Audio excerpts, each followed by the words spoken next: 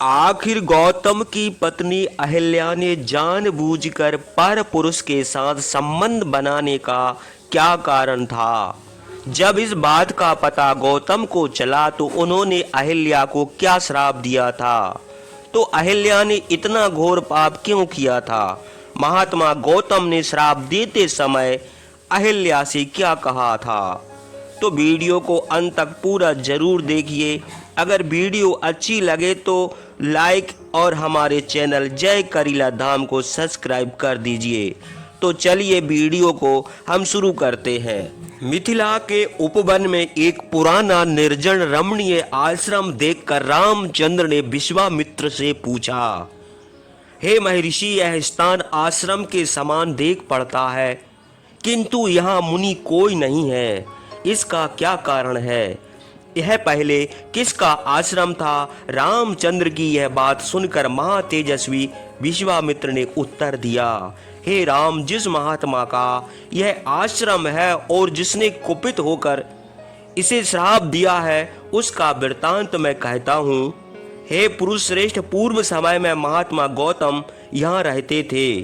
देवता भी इस दिव्य आश्रम की प्रशंसा करते थे।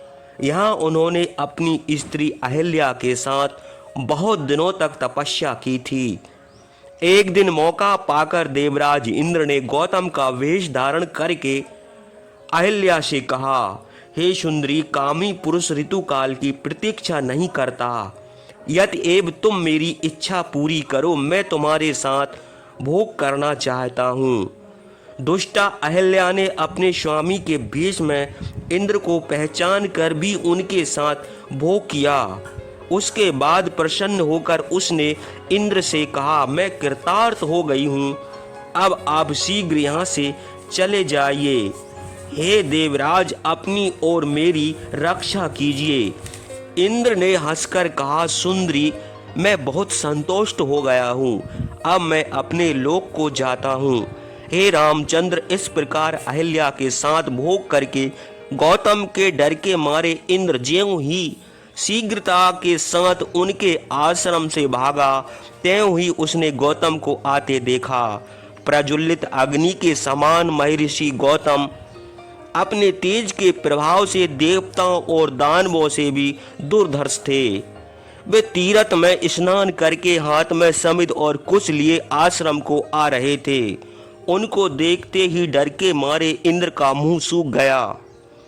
सदाचारी महर्षि दुराचारी इंद्र को अपने बस में देखकर कुपित होकर बोले, रे मूर्ख, तूने हमारा भीष बनाकर जो यह कुकर्म किया है, इसलिए मेरे श्राप से तेरा अंडकोश गिर जाए। कुपित महात्मा गौतम के यह कहते ही उसी दम इंद्र का अंडकोश पृथ्वी पर गिर पड़ा।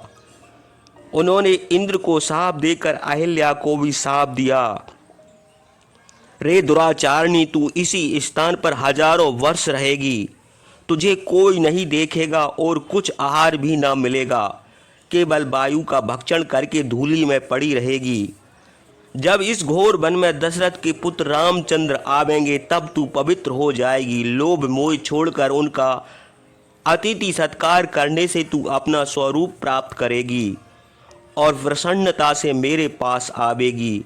हे रामचंद्र, महातेजस्वी गौतम दुष्टा अहिल्या को यह शाप देकर इस आश्रम को छोड़कर हिमालय के शिखर पर, जहाँ सिद्ध और चारण निवास करते हैं, चले गए और वहाँ तपस्या करने लगे।